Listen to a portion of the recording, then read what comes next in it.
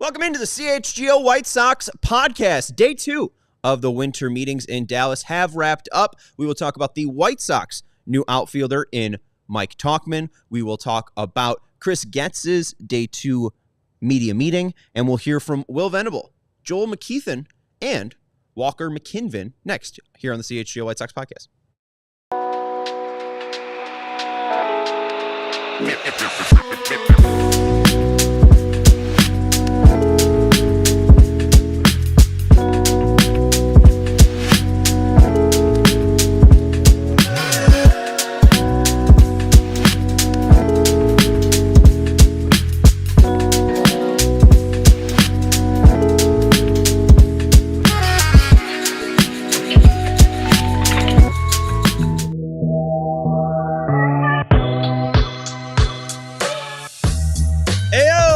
CHGO White Sox Podcast coming to you live from Studio A of our CHGO offices here in the West Loop of Chicago. I'm your host, Sean Anderson. Alongside me, Herb Lawrence. Hello. Our CHGO White Sox community leader, and beaming in from Dallas, Texas at Day 2 of the winter meetings is our CHGO White Sox beat writer, Vinnie Duber. You can read Vinnie's work up at allchgo.com, and he recently posted about the White Sox newest signing, Mike Tauchman. Hit that thumbs up button. Make sure you're subscribing to the CHGO Sports YouTube channel. We'll be talking about Tauchman today, and we have a ton of audio and video from Chris Getz, Will Venable, Walker McKinven, the new bench coach of the White Sox, and maybe, if time allows, Joel McKeithan on biomechanics. It's going to be a very, very full show, and as you were saying, we should probably bully McKeithan and McKinven into one of them going by their first names or one of them going by their last names or just changing the names altogether. Yeah, it's ridiculous. I mean, the same offseason, we get two difficult names, both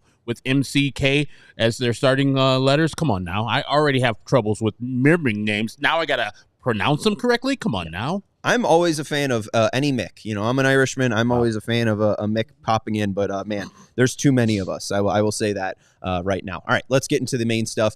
Last night, Scott Merkin breaking the news that former New York Yankee, former Chicago Cub, the Palatine Pounder is coming to the South Side. Mike Tauchman is a Chicago White Sox. Bruce Levine with the details of the contract. 1 year, $1.95 million. He will also get a bonus if he is traded, a relocation bonus, and there is some escalators that could take that to $1 million. I don't think we know the escalators just yet, but the 34-year-old Tauchman is now a White Sox. Let's hear from Chris Getz on the outfield mix as it stands with the pending signing of Mike Tauchman. Mike Tauchman is a guy that is going to be taking his physical shortly, and will be joining the outfield, and they make for a pretty good pair out there.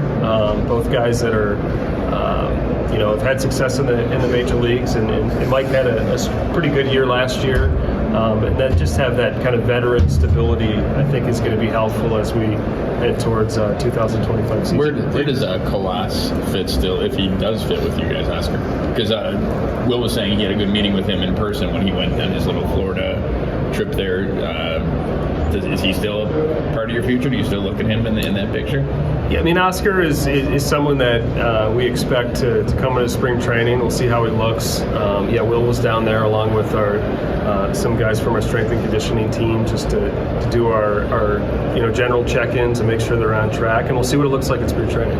Tauchman and Slater, both guys who have mixed in at center before, maybe not played a full season where they're the everyday center fielder, but do you have to, when you're at least considering offers for Luis, try to consider stockpiling depth or who could mix in and play center if he does go on the move? Yeah, the versatility in both of those players or whomever we acquire is important for a lot of different reasons, and there's it's a long season, and there's changes to the roster, so that versatility became really important. Our expectation is for those two new players to play all three. Well, Dom was great defensively. Offensively, there's some areas for growth, and he's aware of that. We sat down, many times during the season and at the end of the year, and shared some kind of final thoughts heading into the off season for him. And he's aware he needs to make some adjustments. He's had more success in the past. and although he, was in the minor leagues, and obviously getting it to translate in the major leagues is easier said than done, but we believe in the talent. The defense showed up, but, we need a little bit more consistency with the bat. All right, Getz explains the entirety of the outfield mix, and he doesn't bring up Robert Jr. nor Benintendi, two players that could be traded before opening day of 2025. Let's start with Tauchman first. Vinny, what do you make of the Tauchman signing, and how do you think this plays out with all of the players that possibly could play in the outfield for the Sox in 2025? Yeah, there's kind of a lot of details to go into when it comes to the outfield here, starting with just them getting Mike Tauchman. It seems like he'll probably be the primary right fielder, or at least make up a platoon with Austin Slater, who obviously has really good numbers in his career against left-handed pitching. Mike Tauchman has been an above-average hitter the last 2 years on the north side with the Cubs. He's gotten on base a lot. He walks a lot. He's a guy who, and again, this is, not a high bar to clear, but kind of instantly becomes one of the most productive White Sox hitters. So obviously it is a relative thing, and I don't think any other team in the majors is clamoring to make Mike Tauchman their cleanup hitter or anything like that. But the White Sox had the worst offense in baseball last year, one of the worst offenses in decades in baseball, to be honest. And here's a guy who's had some success over the last couple of years.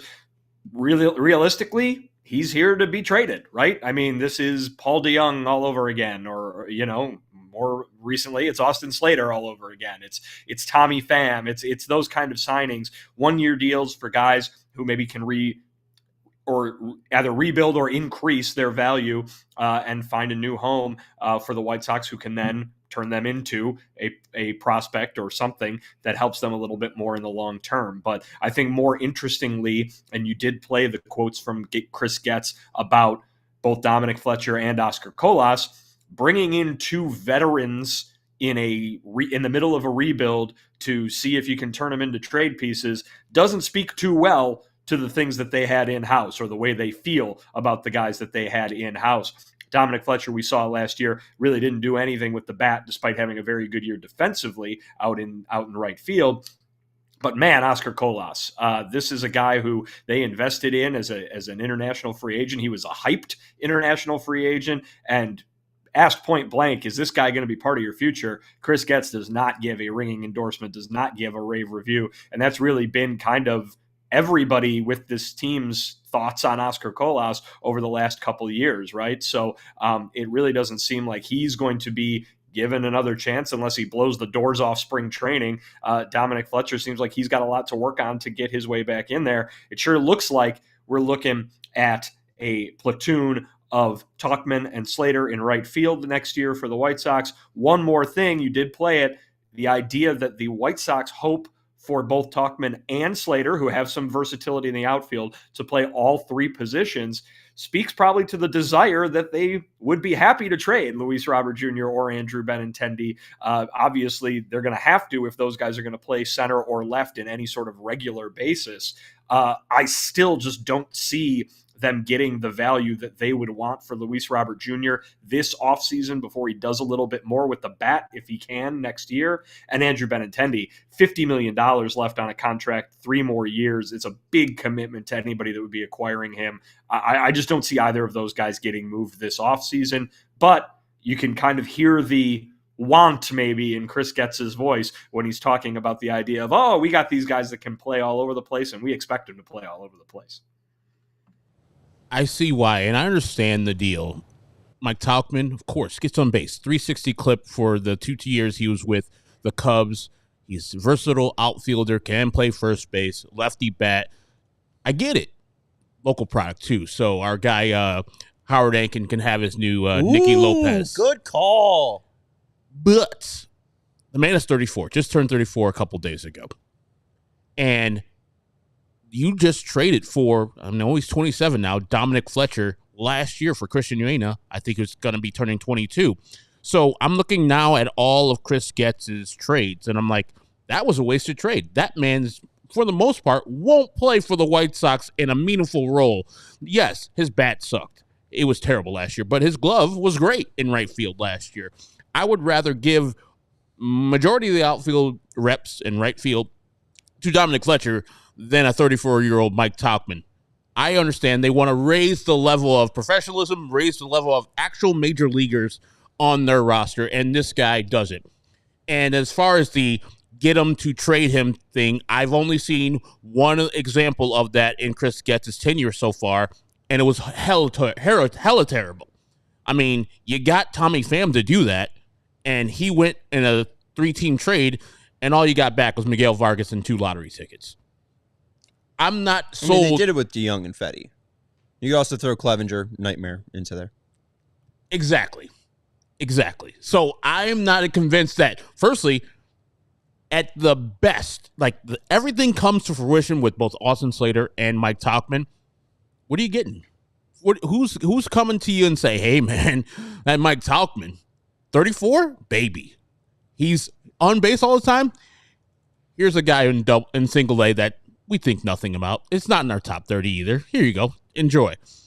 There's nothing there for the White Sox. And Mike Tauchman, I know why he signed. That's a Major League Baseball job that he's actually going to be starting for the majority of that. He probably can't get that anywhere else in the majors. So I'm going to be excited about the player, but for the White Sox overall future, I don't know what this does for anything except for just bringing a guy in that has professional bats. And maybe the value is, okay, guy who's on the bench, young players who are down in the minor leagues. What Ryan Fuller's talking about is what Mike Tauchman is doing. What Ryan Fuller's talking about is what you're getting from Austin Slater. So follow suit. There's value there, but as far as the player, no. There's nothing really there for me. Yeah, I think if this was 2019, I'd be excited. 2019, Sean, before he had the current handle he did, was tweeting a lot about Mike Tauchman. I didn't have much to do. I was a college student, and man, it was fun to watch June Yankee baseball and be like, man, this Mike Tauchman kid, he's great. They don't really need him. Maybe the White Sox could pick him up. I thought he'd be better than Adam Engel, and hey, here we are. Now he's a White Sox in 2024, and where is Adam Engel? But still, it's a 34-year-old, so it's tough to be like, oh, this guy's going to change the White Sox. But to speak to your point, we do have a clip from Getz coming up about the future. Not now, Sarah, don't worry. No, I didn't know if we were going to a clip there. But I think the main thing is 2024 was unacceptable. Yes. And I think if you put Dominic Fletcher out as your opening day right fielder, you are expecting anywhere from, at best, maybe like 2 WAR from Dominic Fletcher. And at worst, it could be a -1 more performance. The White Sox got 16 players to play the outfield, and 7 through 16 on Fangraphs had a negative WAR. The only players that were a positive WAR were Zach Remillard with 0 WAR, Eloy Jimenez with 0 WAR, Zach DeLoach with 0.1 WAR, Kevin Pillar with 0.2 WAR, Pham with 0.2 WAR, and Robert Jr. with 0.6. And the main thing that sticks out about at least the ones with positive WAR, 0.2, 0.2, and 0.6, Pillar and Pham are veterans. I think you're going to get somebody that gives you a baseline, and maybe you'll get more performance like the 8-7 run we saw in April, rather than, or what was it, the 9-8 run over 19 games with Tommy Pham when he originally joins the team, rather than the 21-game losing streak. I think Chris Getz is not trying to build a competitive team, but I think he's trying to build a team that is a little bit more consistent and won't have the bottom completely fall out on them, and maybe could have some stopgap at some point, because Dominic Fletcher, the slide could continue and it may never stop. Mike Tauchman has been able to prove that he can stop a slide and be able to give you a decent at-bat, get on base, and move the lineup. So I think it's all about respectability with this signing, and I think Tauchman and Slater at least bring professional respectability, nothing that's going to make them an 85-win team or anything, but I think it just gives them professional depth. It improves their floor. Like, they are better as a full team today than they were yesterday. Incrementally, but still better. And will probably give you better at bats than what Dominic Fletcher ever will give you. Yeah, we'll see. We are going to take a break here on the CHGO White Sox podcast. We're going to let you know about some of our great sponsors, and we have a ton of video to play for you after the break. So stay tuned and make sure that you don't leave us here on the CHGO White Sox podcast. We want to let you know about our friends over at Chevy.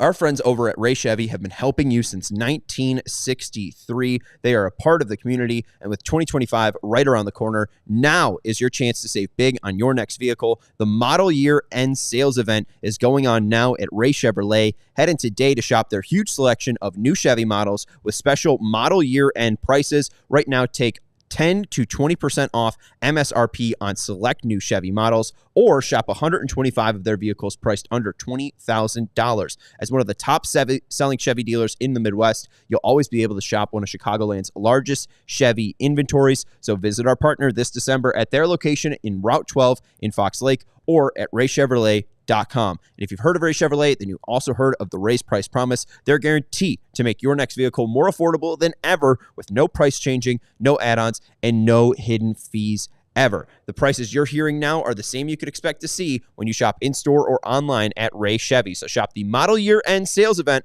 all month long by visiting Ray Chevrolet in Fox Lake or raychevrolet.com. The weather is getting cooler, and my goodness, is it. I went out today. It was like 40 degrees early, and I came back out to go to work. Like 20. But you don't have to give up your summertime mindset and your favorite summertime beers, because Leinenkugel Summer Shandy is available year-round now. It is the perfect companion for any time of the year, especially when you're at Wrigley for an Illinois Northwestern game and you want to feel, hey, I'm in a ballpark. This is summer, so I should get a summer shandy, which I did when I was at Wrigley a couple weeks ago, because of the fresh lemony flavor and the summertime vibes that it does give off. Let's see. For over 150 years, Leinenkugel has combined German brewing traditions with Wisconsin innovation. You don't just have to pick one. Leinenkugel has a lot of flavors, and a popular variety pack that comes in 4 favorites to try and enjoy. Flavor every moment with Leinenkugels, the official craft beer of the Chicago White Sox. Go to liney.com/CHGO to find delivery options near you. That's LEINIE.com/CHGO, or pick up Leinenkugels pretty much anywhere that they sell beer. Leinenkugels, flavor of the moment. Celebrate responsibly. The Jacob Leinenkugel Brewing Company, Chippewa Falls. Yes. All right. Let's get into the next quote. And honestly, why don't we just go to the Getz quote on the future? Because I think this hopefully explains. I had questions when I heard Chris Getz on MLB Network earlier say that 2024 was unacceptable. We have 2 quotes for you right now. One is the results will be there, and then on the future. So here is Chris Getz on results showing up when they do for Will Venable. He understands where we're at in the organization, and he's certainly bought into the vision, and he's a part of that vision. And really it's coaching and teaching and putting these guys in a position for success, and let the players go out there and perform and get wins along the way. And an evaluation of a manager isn't always just wins and losses. Obviously that's a big component of it. The skill set that Will has, it's just such a wide-ranging skill set, and it's going to be really motivating for coaches to connect with our players. Will's going to have the ability to connect with these players and lead them, and the results will be there. Obviously, you want them to be there sooner rather than later. Talent is a big part of it, and that's why we're here and trying to improve our roster. We do want to, take a step forward for 2025. There's different ways of doing that. Obviously, what we endured last year was very difficult for our fans, difficult for the organization. But you got to take a step back and, what we've been set out to do from the beginning, and get our infrastructure stronger, make sound decisions, and bring in and develop talent to help us at the major league level, and continue to build a really competitive roster. The biggest thing that Will Venable signed up for this job was the teaching, the coaching, the kind of human aspect of this. And as Chris Getz just said there, it's about making the infrastructure stronger. So I, again, don't think that this is about Mike Tauchman fixing right field, and him and Austin Slater combined are going to give them 2 WAR, and they're both going to be traded for top 15 prospects. Like, I don't think that this is even the idea of signing Tauchman and Slater. It's the veteran presence on a team that's going to be, really lacking it. Outside of Mike Tauchman and Slater, it's going to be Benintendi, Robert, and Vaughn with the true experience on the team. Outside of that, it's going to be rookies and guys that have played here for 1 to 2 years in Corey Lee. So, am I off on that assessment there that this is the future for the White Sox? Is it's 2026, 2027, and not really even 2025 focus, Vin? Yeah, I mean, in terms of building a contender, absolutely. I mean, this team's not supposed to contend next year, and you're seeing it right now. I mean, you texted me earlier today after you saw Getz's summation of 2024 on MLB Network, and what you said was exactly right. They lost 121 games last year, and now they're trying to trade their two best players. This is not a roster that's getting markedly better or dramatically better right away. Obviously, they have high hopes for prospects like Colson Montgomery, Edgar Caro, and a lot of the pitchers that some of whom have already come up to the major league team. It's not like there's no reason for to believe that the future could be brighter, but the immediate future, no, it's not going to be that much brighter at all. I mean, I think they're really happy to have Will Venable in place. They're really happy with what they're doing, the work that they're doing behind the scenes to try to get things better. But this organization was in a place where it needed to be modernized completely, and it's going to take time. And Chris Getz is taking the time to do that. He's trying to do these things. People aren't going to see it show up on the field in 2025, though. I mean, not dramatically, I don't think. If this team can just play a little better than it did last year, I mean, they're not going to lose 120 games again. You can't expect that sort of thing in baseball when it's only happened one time in 120 years. But it's a situation where it's a slow-moving rebuild, and if you're looking for this team to compete for a division title, you're going to be waiting for a while.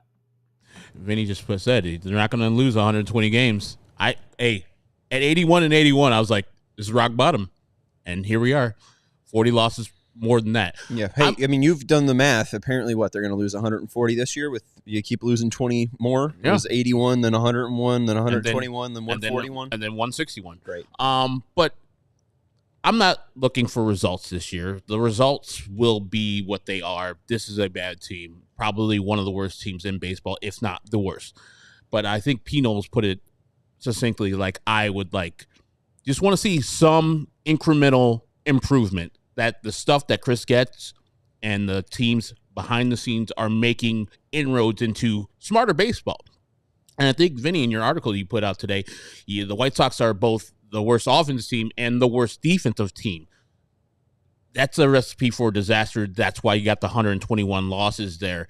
And so I would like some incremental moves of, there's the baseball IQ. There's some of the things that they've talked to with these players. They're young, or there's some of these stuff they've done behind the scenes where you're not swinging at balls that are above your head, Andrew Vaughn, yet you are more zoned into what you can hit instead of things that you usually swing at the major league level. Like those type of improvements of Luis Roberts still here, spitting on a couple more sliders like he did in 2023 and crushing the pitches that are in the zone for him. Like those things I want to see more consistently from smarter baseball from Lenin Sosa, where he's just in the game, not getting hit with a ball coming down from catcher, not understanding what the situation is on a double steal and where you need to go with the ball.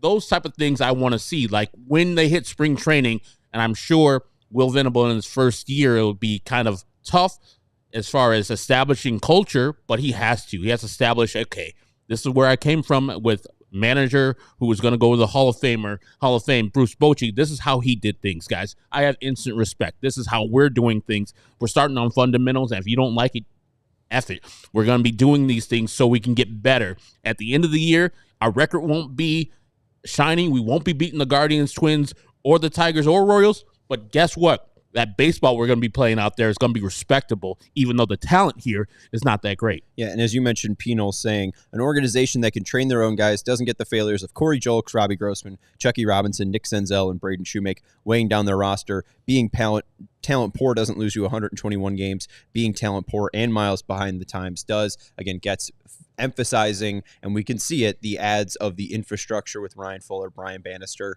a new assistant coach, Joel McKeithan, Walker McKinven. These are pitchers positions that they did not have.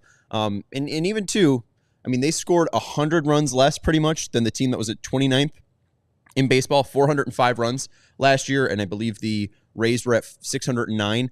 It was very unlikely or very impossible to do what the 2024 White Sox did. I guess it's tough to see anything else because that really fried my vision of what White Sox baseball is, but hopefully this is a team that isn't losing 120 and they're closer to that 100 to 105 range. One other player that has been gaining interest or has had some note, Andrew Vaughn. Chris Getz did speak on Andrew Vaughn, and I thought some of his comments were a little interesting. So I wonder what you guys think. Here's Getz on Vaughn. Well, what we saw in the final 2 months was, certainly, what we've seen in the past, and our goal with Andrew, and I know it is for himself, is to do that throughout a season. You're going to look up, and it's going to be a very, productive season for Andrew Vaughn, and help our offense go. I mean, when he's right, I mean, it's a really solid bat to have in your lineup. Is he somebody who you see as a long-term piece, or is he someone that would maybe be in a similar category to what we're talking about with Crochet and Robert at the moment right now? We just want to see the best version of Andrew Vaughn. We know what he's capable of doing, and he's got a track record. It's just a matter of being consistent, and we'll make that decision. Thank you very much. I don't know who I'm thanking. But there's Vaughn. There's Getz on Vaughn. And at least the 2 months thing stuck out to me because Vaughn, from August 2nd to September 29th, 48 games, hit .275, had an on-base percentage of .322, and a slugging percentage of .463. That's an OPS of .757.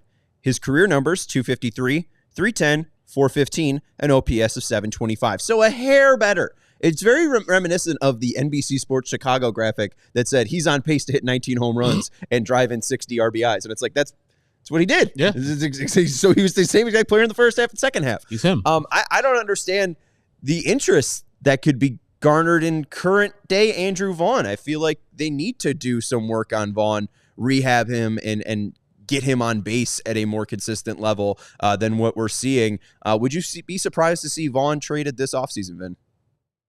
Absolutely. I don't think this is a guy who is anywhere close to what they think he can be, which I think is probably why they tendered him a contract and brought him back for $8 million, and why they're talking right now about how they're hopeful that he can be a consistent hitter. I don't know if that's what's going to happen, but I think that they have faith that he could be that hitter, or at least get somewhere close to the guy he was supposed to be with the number 3 pick in the draft, a guy who could be a middle of the order hitter in the major leagues. And they've got this new hitting infrastructure in there. I mean, 3 new faces basically in that hitting department. It's kind of crowded. I know we're, Marcus Thames is back and everybody says that he's still the hitting coach, which is true. But Ryan Fuller is the new hitting coordinator. You got a new assistant hitting coach in Joel McKeithan. And then remember too, Grady Sizemore is now the offensive coordinator. So it's a lot of people at the major league level certainly that are being devoted to getting some of these guys right. And I think Andrew Vaughn is probably one of the top 2 guys they'd like to get right, along with Luis Robert Jr., so they can probably make a trade. I mean, I know I'm sounding like a broken record here, but it would sure seem that anybody who's under control for less than 5-6 years at this point is somebody that they're going to want to turn in to somebody who is under control for that long. Again, I don't know if we're going to be able to see them succeed at that with Andrew Vaughn, but if they can, and there's interest at the trade deadline in a hitter who is more like what he's supposed to be than the hitter that he has been, then that is a win for the rebuild, I think. He was touting his last 2 months, so he should just went with the September-October number, where he was a little bit more what a first baseman in this league is, like an 800 OPS. So you told me the numbers, 753 OPS for those 2 months, and he almost had 200 plate appearances there, and only 18 extra base hits, only 6 of those being home runs. And so those are not like numbers to boast about and brag about.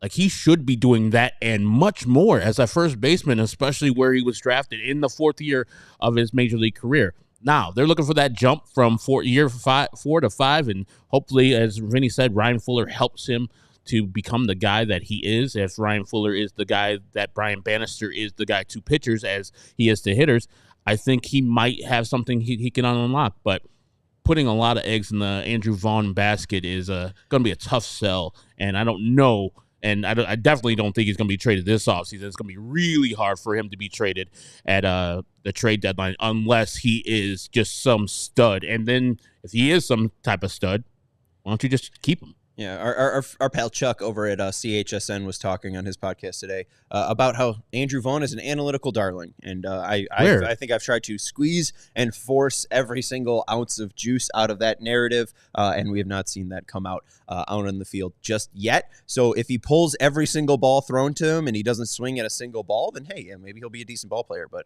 I think that there's going to be an extreme remodeling of Andrew Vaughn if he's going to be traded at some point, whether this offseason or this year before the deadline on July. Hit that thumbs up button. Make sure you subscribe to the CHGO Sports YouTube channel. We do have more clips to share, apparently at the behest of our viewers. Apparently don't want to see the clips. So, Vinny, why did we send you to Texas? What's wrong with you? Make Chris Getz more entertaining.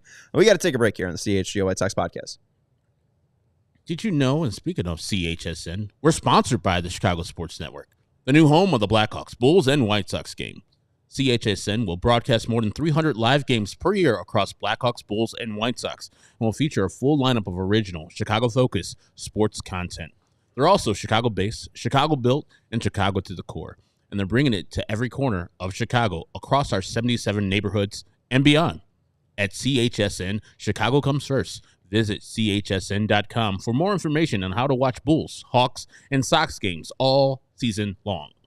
Thank you very much, Herb. We also want to let you know about our friends over at Prize Picks. Prize Picks is the best way to get in on the action on sports in over 30 states, including California, Florida, Georgia, and Texas. Prize Picks is the only real money daily fantasy platform with an injury insurance policy so that your lineups stay in play even if one of your players get injured. If your player leaves in the first half and doesn't return, Prize Picks keeps your lineup live. It is the best place to get real sports money action with over 10 million members and billions of dollars awarded in winnings. Prize Picks has made daily fantasy sports accessible to all. You just pick more or less on 2 or more players for a shot to win 100 times your cash. Run your game all season long. You got NBA currently going on, NHL, NFL coming up soon, bowl season for college football. So it is a great time to sign up now with our pals over at Prize Picks. And Prize Picks puts their members first, so all withdrawals are fast, safe, and secure.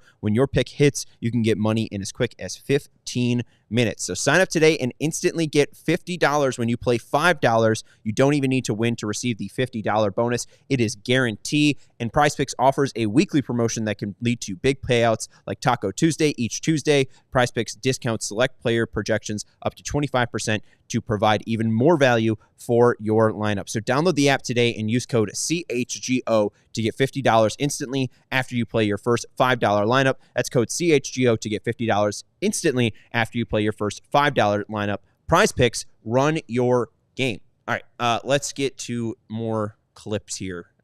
Let's start with Will Venable. Will Venable and Walker McKinven talked today. Venable was asked about his empathy because Walker McKinven talked about the reason why he joined was because of Will Venable. Let's hear on Venable on his demeanor first, and then we'll hear from McKinven on Venable. I think that's just who I am, number one, and, kind of the values that my parents and family instilled in me, and also, as I was somebody that, was an athlete for, most of my life, I think I responded well to that kind of leadership. So it's just something that's important to me and kind of natural to who I am. I think the one thing that has stuck out about Will Venable is his just ability to talk to every single person. He seems unafraid of any conversation, and he does seem like he's able to have a conversation with anyone. And to speak to that is Walker McKinven on why he came to Chicago, and that main reason being Will Venable. The draw here to me was Will Venable. I had some great conversations with him, getting to know him through this process. I knew him a little bit before, but we just clicked and got to know each other through the phone.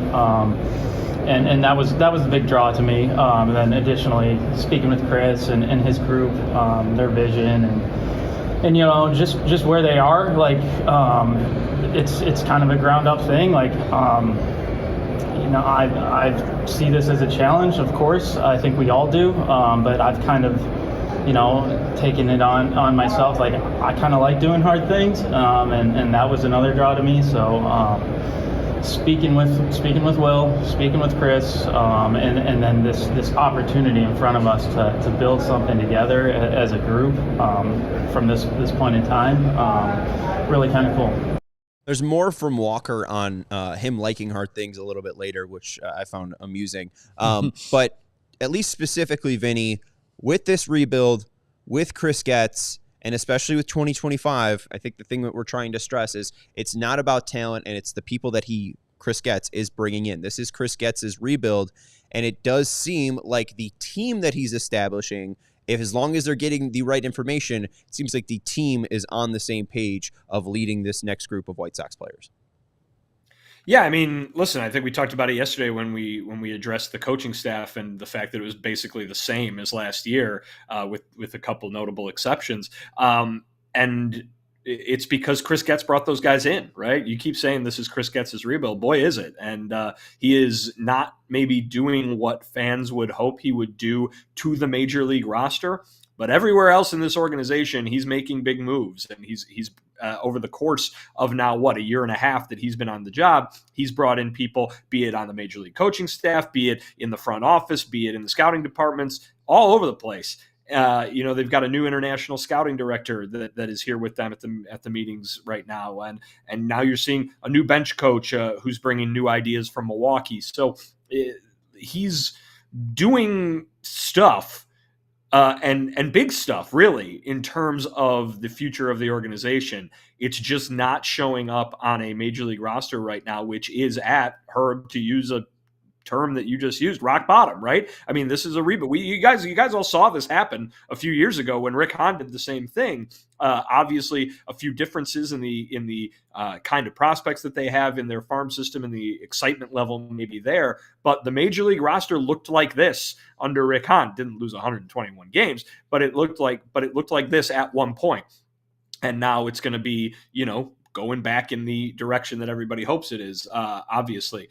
But that's not going to happen overnight, and it's probably not going to happen in 2025 with maybe a couple exceptions of some prospects coming up. But if you're looking to find concrete examples of what Chris Getz has done to try and move this rebuild forward, to try and turn this organization around into a more modern, functional major league organization, you can't look at the 26-man roster. You have to look, in the staff directory and that kind of thing, because those are where the moves are happening. And it is stretching into the coaching staff, certainly, and it is stretching to the manager spot with Will Venable now. But, I understand why folks are maybe not excited.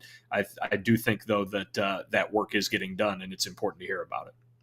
I mean, Chris Getz is the most important person in White Sox organization, that he is the most important person. And so when you have people like Walker McKinven saying that he came to the White Sox because of Will Venable, who hired Will Venable? Chris Getz. All these people, Chris Getz, this is underneath his umbrella. He is the most important person.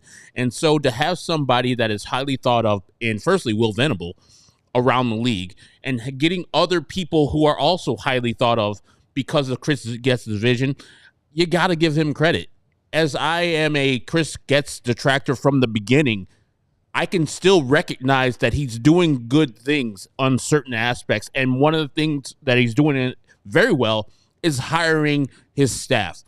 And every time these guys got hired, you heard baseball people around the world just like, man, the White Sox? That guy's going to the White Sox? And I know Walker, and you're going to play a cut from him, and he just said he likes to do hard things. Damn right. But he came here because he saw the vision. And I know that people in the chat are, Chris Getz this, that, and the other. Guys, get used to it. He'll be here for a while. And that's what I had to do after this past season. I had to get used to Chris Getz is going to be the guy. He's not going to leave because you don't like him out there. And guess who likes him? All the rest of the staff.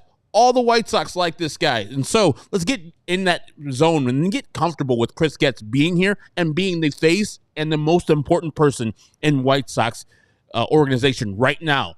And eventually, maybe in a couple of years, they'll get a big-time player where that guy is the face of White Sox baseball. But right now, it's Chris Getz. Yeah, and I mean, I don't know when that next player is going to be, and I don't know when this team's going to be competitive.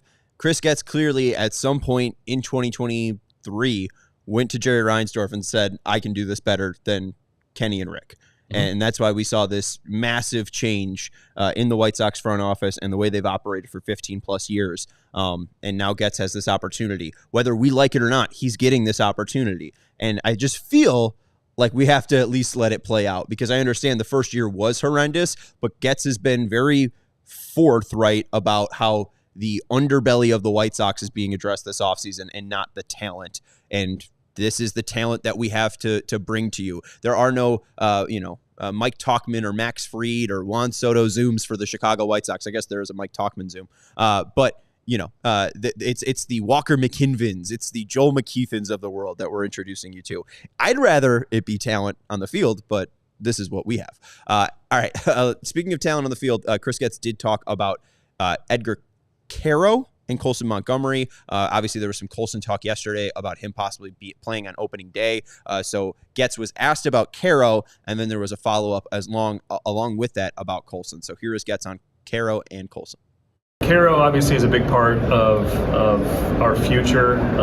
He's one of our top prospects and a guy that, we want to be put in a position for success. I do expect him to come into spring training and compete for a spot. With that being said, we also you want to create as much depth and protection that we can at such an important position. If Montgomery has a good spring, is it a stretch to think that he could be the opening day shortstop, or is that a lot to put on him right now? I don't think it's a stretch. You look at, how he finished the year, August, September, and the AFL and the momentum that he gained. He made some adjustments towards the end, and physically he's in a really good spot. He's got more looseness and aggressiveness in that swing, and it showed up. So he stays at it this offseason, which I know that he's working hard in Nashville. He'll be out in Arizona at some point this offseason, and we'll see what it looks like in spring training. All right, what do we make of this Colson talk that is kind of developing? Do you feel like it's Getz not being able to secure that Paul DeJong for this team? We do see the free agents that are available that can play the shortstop position, and it's fairly thin. I don't think it's him not being able to do it. I think it's him maybe not wanting to do it. I think he sounds to me like someone who believes in Colson Montgomery, right? And I think that a lot of us might be surprised by that, given the full season numbers that Colson put up. Obviously, they're going to point to the positives of his last month or so, and certainly what he did in Arizona in a very brief sample size. But while I have been adamant, I guess, that they could use a veteran shortstop to bridge the gap to Colson, and when Colson would maybe come up after playing in AAA for a little bit, it seems that the White Sox maybe don't think that there's a gap.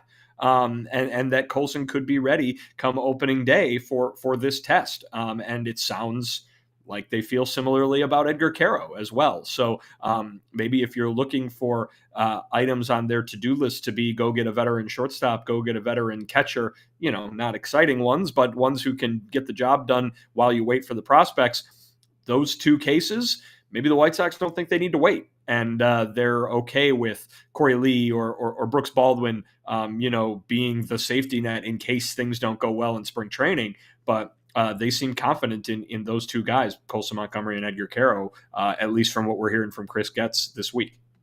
I don't understand the Colson talk about him maybe breaking camp with the team. We had a terrible year in AAA for the most part. Yes, he did catch up at the end of the year. He self-admitted that he was mad, pissed that he couldn't do the things that he wanted to do in AAA. It's really his first full year of kicking ass. First full year of being a major leaguer or a professional player in AAA, and he did not do what he wanted to do. From that, sending him to Arizona Fall League, which he did all right in brief appearance, to, he can compete for the job. That, to me, is a rush job. And if you're going to commit to this, he's got to stay the whole year. Through struggles, through good times, through bad times. Because I think the worst thing you can do is have him on the opening day roster, play a lot of games, and then be just horrible. And then having to send him back down to AAA to get some more seasoning, and then having to come back up, maybe eventually. I think just let him be him down in AAA. If he doesn't like it, hit better to come up to the major leagues. If he wins a spot at shortstop during training camp, spring training, he's facing some people that are not that great. Brooks Baldwin's fine. I mean, these people he should be better than because he's a higher talent guy. He's a higher drafted guy than these guys. But I think you should save the kid from himself and make sure that he proves that he is ready to, so he can never be sent back down to Charlotte. Yeah, I wonder if Getz is handcuffing himself a little bit by not getting a veteran, because I think Colson right now, and hey, he's 22. I don't really fault him for thinking this way. You're fairly egotistical as a 22-year-old. Should be. Him looking at Jacob Amaya and him looking at Brooks Baldwin and saying, well, I know I'm better than him. Like, ask anybody in baseball. I'm better than them. I wonder if that would lead to a lack of motivation for Colson, and maybe you wouldn't want to see that true response from him from Charlotte. You think he would, because that's how a professional would respond. But I do wonder if Chris Getz can even convince Colson Montgomery that he's not the best player on the White Sox, at least to play shortstop on opening day. I would be really welcoming to like a Paul DeJong reunion, just so it's easy for the for what's it called for Getz to just put Colson in AAA. I don't know if this team is even going to score that many runs, too. At catcher, you have Lee. I know there was talk of a possibility of adding a veteran catcher so Caro doesn't have to be on the opening day roster, but Lee and a question mark there. At first base, we've seen Vaughn pretty consistently be who he is. At second base, Sosa has been a fairly big question mark, more of a quad A player than anything. At shortstop, is it a Colson who's a rookie, Brooks Baldwin, who you could just fairly call a rookie as well? Third base, Vargas and Ramos, big question marks about them. Like, I do wonder if this is just going to be another unacceptable year in back-to-back seasons for the White Sox, because it's just such a young team and there's no real difference makers, especially if you're trading Robert off the team. I don't know. It's going to be a fairly ugly year, but hopefully it's a more positive year, I guess. Yeah, the record, as I said before, won't matter. And that 120 games, I think there's a chance for that to happen because of what you just said, Sean, because there would be no Garrett Crochet to stop those losing streaks. The same thing maybe about Luis Robert. And then you got a bunch of people who are at major league average or below all the rest of them. And you're going to have to depend deeply on a young starting staff that is on the White Sox right now. I don't know if any of them could go 140 innings this year. They haven't done it really in their careers. So there could be more losses next year or the same amount of losses. But as long as there's growth, as long as you see something that is better than what showed up in 2024, I think most White Sox fans would be like, yes, it sucks. I hate losing 100-plus games for the third year in a row. But I can see that there's a glimmer of hope on the end, under the tunnel.Maybe a light. We need to go and check that out and see if it is a light or if it's a train. Who are the players that are going to be left here from the 300 lost years, though? Robert's going to be traded. They want to trade Benny at any time possible. Vaughn, we talked about him being relieved. Like, I don't think there's going to be anyone that's going to be here for at least the 3 years. Can I think of anybody that would be here from 2022 and 2025? Or 2023 to 2025. I think they'll all be traded or gone by then. Does Davis Martin count? Yeah, no, Davis Martin counts. We'll count Davis Martin. Theoretically, all right. He does count. Make sure to hit that thumbs up button and make sure you subscribe to the CHGO Sports YouTube channel. We are the last show that's taking place here on CHGO tonight, but we got a ton of coverage coming on Wednesday, and Vinny has another day at the winter meetings tomorrow, so we will have more for you. The White Sox have the first pick in the Rule 5 draft coming up tomorrow, so we will have a ton of coverage on that. Vinny, anything else you want to take away from McKinven or Venable? We do have some more clips from them, but anything else from the assistant coaches or Getz that stuck out to you today? I do want to talk a little bit about the Rule 5 draft. Yeah, I mean, not terribly. I mean, listen, this is another winter meetings where there's not a ton going on for the White Sox. Obviously, we've seen Soto sign with the Mets and now Max Fried with the Yankees. So there have been some big things going on in the baseball world. But the White Sox getting Mike Tauchman is not exactly on the same level there. Garrett Crochet, Luis Robert Jr., they are being mentioned as trade candidates, but so far nothing. But I would say with Max Fried going to the Yankees today with that huge contract, that is something that could affect Garrett Crochet. Obviously, maybe it takes the Yankees, or maybe you see some other teams try to get in on that now that one more big pitcher is off the board. So we'll see how things play out the rest of the time here. But from as far as today goes, obviously the White Sox had a right fielder to talk about. And now Vinny's Wi-Fi, after an hour and 49 minutes, he finally starts to butcher. I think the main point was, they wanted to address right field, and they were able to address right field. And one thing that I do want to get to, the draft lottery happened today. And I think that's one thing that we are looking forward to 2026, as Sage mentions. At least we can get a higher draft pick in 2026 if the Sox suck like last year. The White Sox will have the 10th pick in the 2025 draft. They were not a part of the lottery as they were held out because they just had a top 5 pick in the 2024 draft because of their market size. They're unable to get back-to-back top 6 picks in consecutive drafts.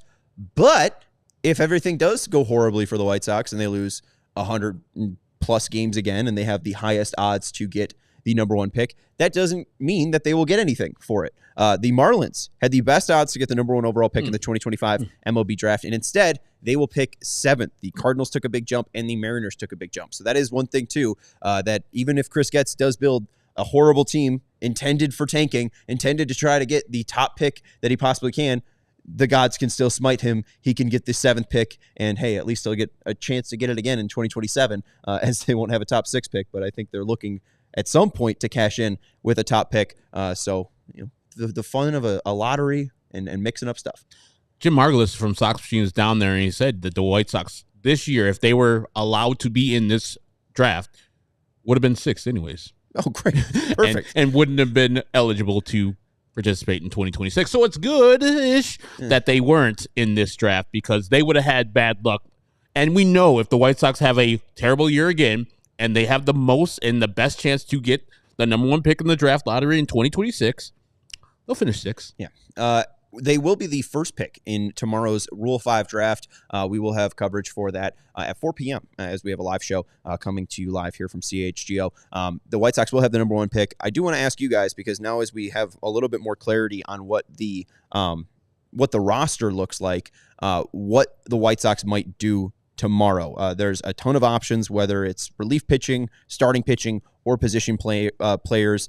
As we mentioned, they have a spot for backup catcher. It does seem like they have a spot for a shortstop as well, if you don't think Colson Montgomery will be the opening day shortstop. And then they also have another bench bat. So 3 bench bats, or at least 3 bats needed for the White Sox, and then 1 bullpen arm and 1 starter arm. Right now they're at $63.4 million. Vinny, what do you think is the biggest need for them looking at the Rule 5? Is it a player that they think can stick on the roster? Do you think it's position specific, like, oh, we need a shortstop, or we need at least a bat? Or do you think they're looking for, a cheap starter in the Rule 5 draft? I think this is just a hunch. I think it's going to be a pitcher. And because Chris Getz was asked about their preparation for the Rule 5 draft and brought up Brian Bannister. So that's the hunch that I get, is that they'll be looking at a pitcher. I don't know if that means reliever or starter, but that's the hunch that I have right now. I think in terms of my opinion of what their need is, they need the best player they can get. And if that's someone that they can turn into a long-term piece, that's great. If it's someone they can turn into a midseason trade candidate, that's slightly less great, but still good, I guess, in terms of their planning. But my gut says pitcher tomorrow. Yeah, I would think that's probably the most successful as far as a position in Rule 5 history, where you can get a live arm that just can't crack the 40-man, is not protected. If you have a good hitter, especially that is available to be drafted in the 40-man, it's probably not the greatest, or plays a position that is not as flexible like first base. But I would see your guy getting picked as a first base backup to Andrew Vaughn, so you can bring him in. Yeah, I don't know. I mean, I don't know about Bob Seymour. Honestly, now with them having the first overall pick and me having a better understanding of Rule 5, I don't know if they'll go with the 26-year-old first baseman. Maybe they will. Here are the bats that I do think they could possibly take. Cooper Bowman, he's a second baseman, shortstop, and center fielder. I think mainly he's a second baseman in the athletics system. Let me make sure I get that right. Right-hander on both batting and throwing, 6 feet. 205. He was a 4th-round pick by the Yankees out of University of Louisville, Kentucky. Last year, he was mainly in Double-A. At Midland, he had a 281 slash line, 378 on base percentage, and a 467 slug. And then he went up to the PCL in Las Vegas in 38 games, 218, 284, 308. Not great there, but he can play up the middle, and we know that the Sox, even though Lenyn Sosa is currently on the team. We do think that it's possible that, they could be looking for more up the middle help. Right now, Bowman, you think, could play shortstop, so possible that shortstop is a position they're able to fill there. So maybe Bowman. Christian Franklin, who is a part of the Cubs system, he's an outfielder as well. He just turned 25 in November, 5'9", 195, right-handed thrower and batter. Fourth round of the 2021 draft out of Arkansas. Last year played at Tennessee with the Smokies. 268 batting average, 398 on base percentage, and a 366 slugging percentage. Obviously, you'd like to see a little bit more slug there, but in 2023, the slugging percentage was a little bit more normal, a 444, so hopefully he'd be able to get that slugging percentage up, but he's a possible option, especially being 25.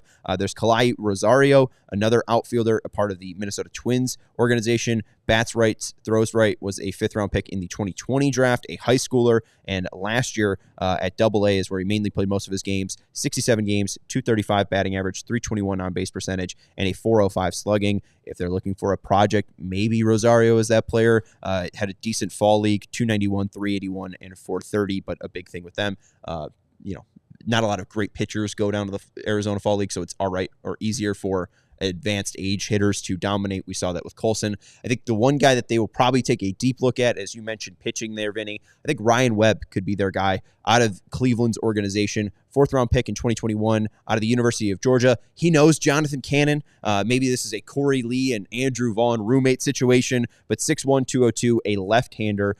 He made 25 starts in Cleveland's minor league systems, 2.80 ERA. In AAA, 7 starts, 2.60 ERA, 8.6 K per 9 to 3.4 walks per 9. But in AA is where he did most of his damage, 2.87 ERA, 141 and a third innings total in 2024. And down in AA, 10 K per 9, 3.3 walk per 9. I think he could be a lefty that they throw in there. Obviously, they're losing Crochet, and right now they only have 4 starting right-handers, Cannon, Martin, Burke, Thorpe. So it would give them a lefty if they don't want to move on from or if they do want to not include Kai Bush into the rotation. So I think those are the names that I'd be looking at. I wouldn't be shocked if they took a position player, but as you mentioned, Vinny, Chris Getz did throw out Brian Bannister specifically when asked about this question. We did see them take Shane Drohan last year, so I wouldn't be shocked by a pitcher.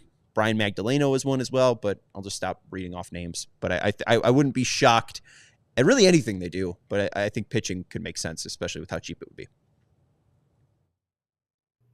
Yeah. That's mainly it. All right. Hit the thumbs up button and make sure you're subscribed to the CHGO Sports YouTube channel. We do want to let you know about our Die Hard program. If you do want to advance or level up your fandom, head over to allchgo.com/diehard. You get full access to Vinny's articles up at allchgo.com. You get certain discounts as well to merch and events. We have 2 top shelf events coming up. We have suites at the United Center, one for a Bulls game taking place January 4th with the Chicago Bulls and New York Knicks for Derrick Rose night, and then you also have the Blackhawks and Hurricanes coming up on January 20th. So if you are a diehard, head over and get your discount today. You also get a free shirt when you sign up, and you get access to our CHGO diehard Discord. Vinny, anything else intriguing from day 2, or are we going to sign off and then they make a signing of some other Palatine high school kid? Yeah, or something, right? I mean, we've got since Chris Getz talked, Max Fried signed. Now it looks like Nathan Eovaldi is going back to the Rangers. Pitching is coming off the board. Pitching is coming off the board, and I don't understand why anyone has just not gotten Garrett Crochet. He costs $3 million. There's a stat I want to bring up, and maybe we'll end it on this because I need a positive note. And just staring at Garrett Crochet stats usually brightens my day. Yep. This is from TJ Stats at TJ Stats on Twitter. This is the best zone whiff rate and best out of zone swing rate for fastballs. So you're looking for fastballs that were out of the zone that people are swinging at and just completely missing when you were in the zone. So getting people to swing at bad pitches outside of the zone and then getting people to completely miss on strikes in the zone. The best pitcher to do that was Mason Miller, the closer for the A's. Second best, Josh Hader on the Astros closer. Relief pitcher Ryan Stanek, now on the Mets. Jeremiah Estrada, late inning reliever closer for the Padres. Michael Kopech, former closer for the White Sox and now for the Dodgers. And the only starting pitcher on this list, Garrett Crochet, the 25.6% zone whiff rate and a 32.9% out of zone swing rate. He is just incredible. He is able to get just any hitter looking stupid. There's been 9 pitchers since 2014 that have had 12 or more K per 9 and 2 walks less per 9, and they're all Cy Youngs, and Garrett Crochet's 2024. So, it's a good time. Anyways, that's going to wrap it up for the CHGO White Sox podcast. That is Vinnie Duber, our CHGO White Sox beat writer. That's Herb Lawrence, our CHGO White Sox community leader. I'm Sean Anderson. We will see you tomorrow at 4 p.m. Thank you to Sarah for producing the show. Hit the thumbs up button and hit the subscribe button on your way out. We'll talk to you then. Goodbye. We all silly like the mayor.